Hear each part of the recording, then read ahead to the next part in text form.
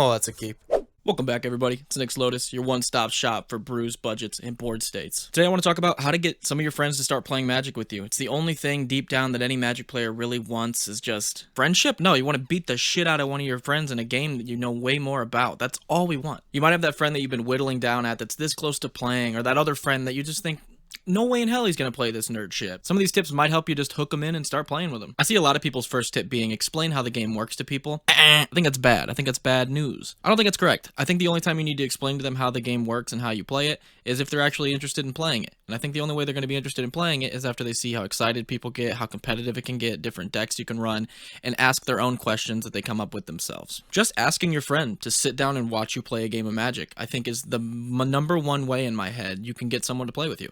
It's the way that I got into it. It's the way that all my friends got into it. My cousin got into it. It's the way all of us got into it. We watched someone else play and we're like, this looks super fun. You could also two birds for one stone on this step and just play that game that they're going to watch at your local game store. They can look at all the products. They can talk to employees. They can look at wall scrolls, all the cool art, the cases full of cards, the booster packs, and really see how they feel about this environment and if they really are going to get into it. Kind of in conversation, drop how Magic is similar to something they like talking about. If they like talking about books, if they like talking about world building, if they watch One Piece because they're a man of culture and they're smart, that's a super easy link up. Show them the lore from the game. Show them some of the more lore-based sets. Magic has novels that are talking about the history and story of Magic. Give them one of those to read. This might be enough to get them to start playing, and then you've got a Vorthos player on your hands, and you're good to go. Maybe they're always talking about their elo in games. Maybe they're always talking about, oh, I almost got to this rank in Apex. I almost got to this rank in League or Dota. Not both. You got to play one or the other. Show them Pro Tour. Show them some of the more competitive gameplays. Show them some of the more professional players. Show them the prize pool. That never hurt anybody. And you might have another player on your hands. Trying to get your girlfriend to play. That's easy. Build them a control deck. A hit or miss point of interest for a lot of people is the fact that it's the most complex game in the world. And I can feel you chess players rolling your eyes. I can see some of you tabletop players rolling your eyes. Maybe even some of you video game players rolling your eyes. Let's do a quick Google search then. Yeah.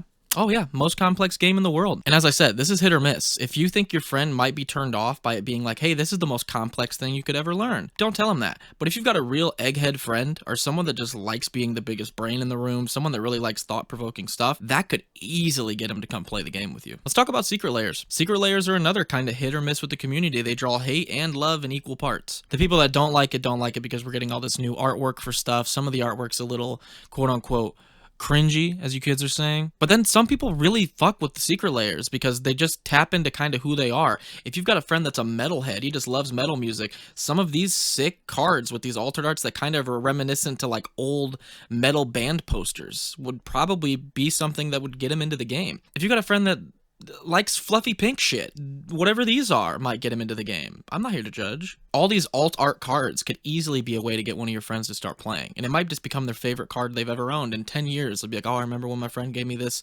Alayla Artful Provocateur. Please give me an Alayla Artful Provocateur because this thing goes so hard. A lot of local game stores will sell starter decks for people to learn how to play the game. If you've got your hands on a couple of those, or if you just want to make a couple of them at home, this is a great way to not only teach someone how to play, which I don't think is a necessity, but also kind of learn how people like playing. Maybe they don't like the creature-based strategy. Maybe they don't like burn. Maybe they don't like control. This is a great way to weed out what kind of deck they would like playing. Give them some wins early on. That first game you play, let them win. Let them have some turns where they're stomping on you, because that first win and every win after that just feels fantastic, and it gets people to want to play the game more for sure. Show them some of the most powerful plays you can do in certain decks. They don't even have to understand what's going on. They can just tell, oh, there's a lot that goes into this. Show them a Reanimator deck, sacking and bringing back and sacking and bringing back and blinking and upgrading and sacking to make itself 18 3/3 golems and have a 9/9 flying trample in play and swarm the board. Fuck you, Phyrexian Triniform. I've had enough. Show them how a control deck can lock someone out of playing the game. Show them how a token deck can swarm the board where there's not enough space. You got to start putting your cards on other people's playing mats. They don't know the rules, but they know that's a fuck ton of stuff happening on your side. The most important thing you got to remember when you're trying to get your friends to play is don't be pushy. Maybe this person's just too dumb, too frightened, too scared, too much of a beta male to start playing this, and that's fine. Did that get someone to start playing? I bet that got one of your friends to start playing, all right?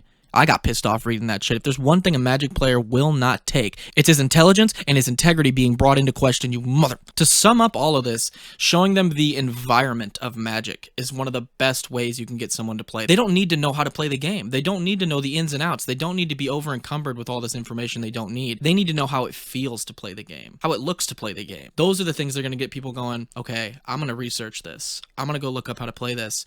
I'm going to go look up a new deck and not tell anybody and bring it to the next game night and be like, guess who plays Magic now? These are the things that are going to get them to want to do that. If you've got any more, leave them down below. I'll be sure to pin those comments. I would love to get some more tips and tricks on getting your friends to play. I would love more people to be playing Magic. Much love, guys. And go play some Magic. Hopefully.